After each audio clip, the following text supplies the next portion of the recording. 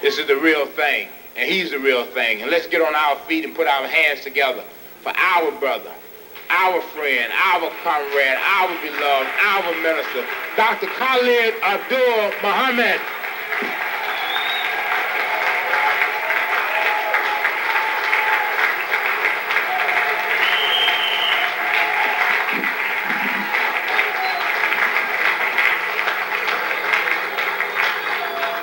Assalamu alaikum.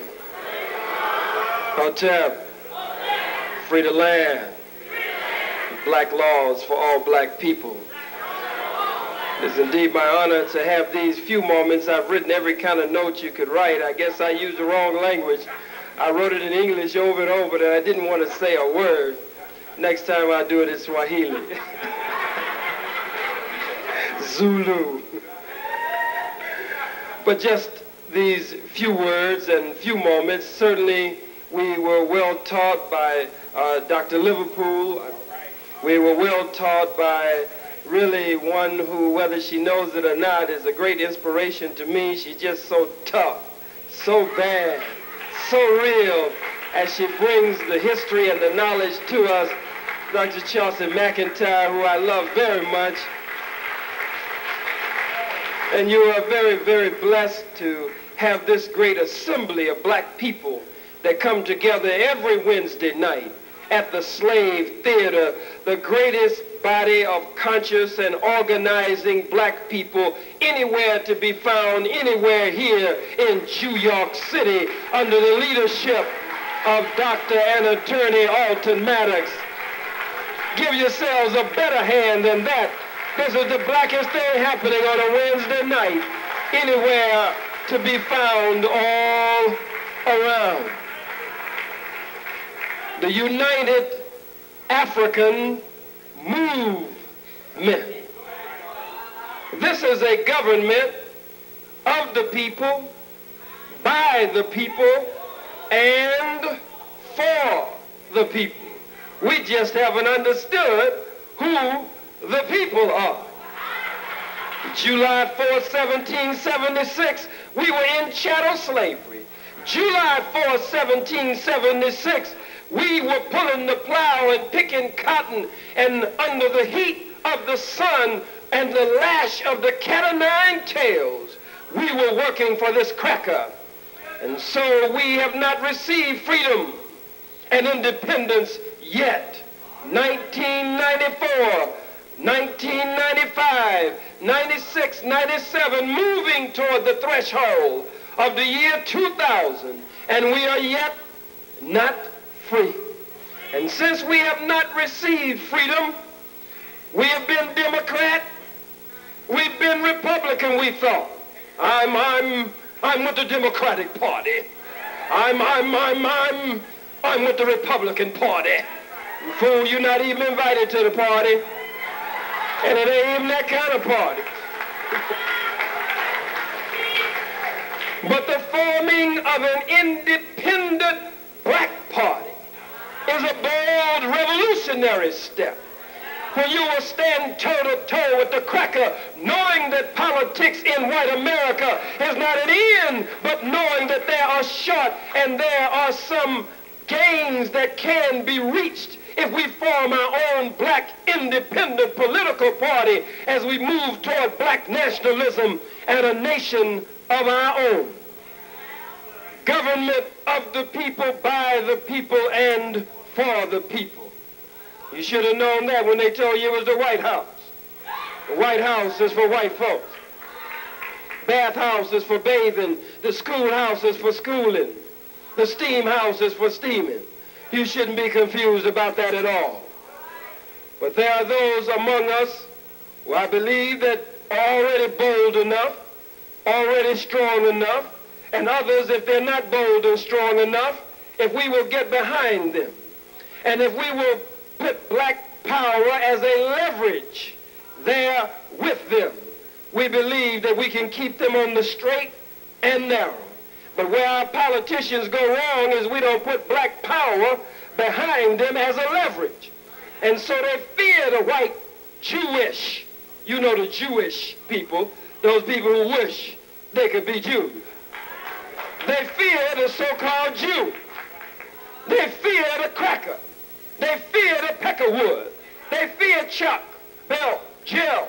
They fear them more than they fear us. We should send them to the Senate. We should send them to the governor's mansion. We should send them to City Hall. And if they don't carry out a black agenda for us, we should send them to the cemetery.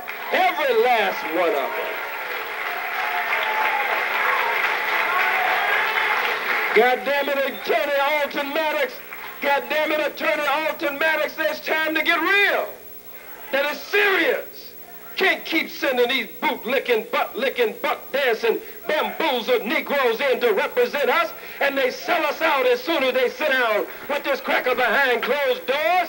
We should be waiting for them at the goddamn door. When the meeting is over, we should be waiting for them at the door.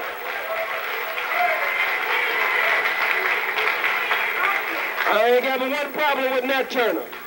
I love Nat Turner. I ain't got but one problem with Nat Turner. Nat Turner wasn't killing no niggas. That's the only problem I got with Nat Turner. If Nat Turner would have been killing some niggas, Nat Turner would have completed his revolution and we would be free today.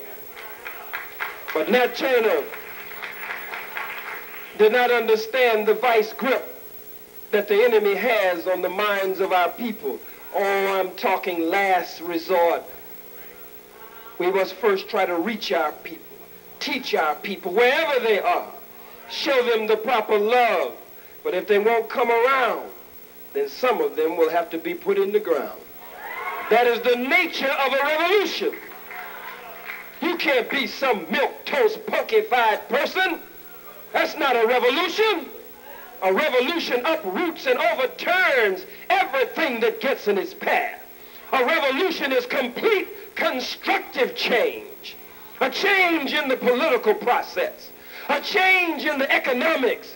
I visit these islands and visit African nations that claim to have independence, who claim to have freedom today, and still have a white woman's picture on the money, still have some cracker man's picture on the money. That's goddammit not freedom. Take the goddamn white man's picture, white woman's picture off of your money if you're free and independent. So there must be a revolution in the finance, revolution in the economics, revolution in the education. I repeat, revolution in the politics. There must be revolution in the social order that will rearrange and change the social fabric and fiber under which we have been forced to live since we have been here in the hells of North America. And so I didn't have nothing to say.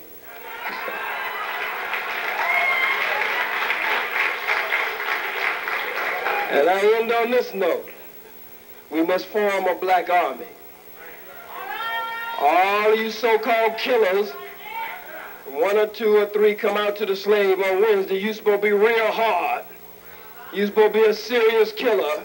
All you serious killers, we need to organize.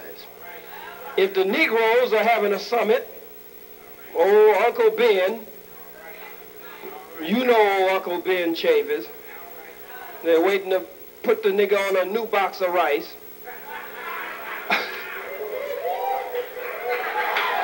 Uncle Ben saw the nigga on New Jersey television the other night. I'm trying to sleep. And the nigga's talking about me. They asked him, and he said, I was the first to call Minister Farrakhan and tell Minister Farrakhan that he had to do something about Khallid and that he had gone too far. So they say, you had his private number to call Minister Farrakhan? Yes, I called him. Khallid had gone too far. Can you imagine a Negro who's the head of the NAACP, the National Association for the Advancement of Colored People? Yes, was, but the nerve to sit there and say that. What did I say at King College that deserved that kind of response? Where was the moral outrage?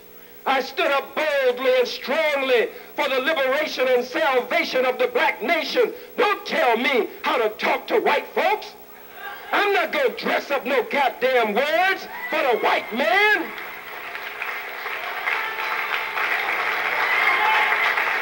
We must begin to dehumanize the white man.